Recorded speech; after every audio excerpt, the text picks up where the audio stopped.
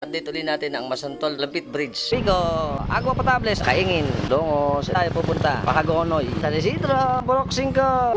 Alin pala dito? Pandukot po ito. Casa Azul, Aglipay. Kalahati na lang. Itos Shrine, Dinagit Primary School. Rock Bukang Liwayway. Dilari na pala ito eh.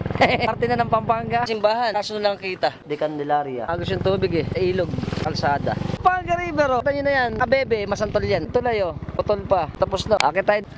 Hit mo naga. Ano? Construction. Rampa na pala sa kabila. Kabila na lang po na wala. Ito Masantol. Flood control gate na kinuha na natin. Oh. Tapos na daw po yan, sabi sa atin ni tatay. Ito na. Pag malaki yung tubig, nakasarado lang. Humupa tubig tsaka bubuksan. Bye-bye! All. Tindraga natin na humuhukay. Ang lalim, Pampanga River, Paskawayan.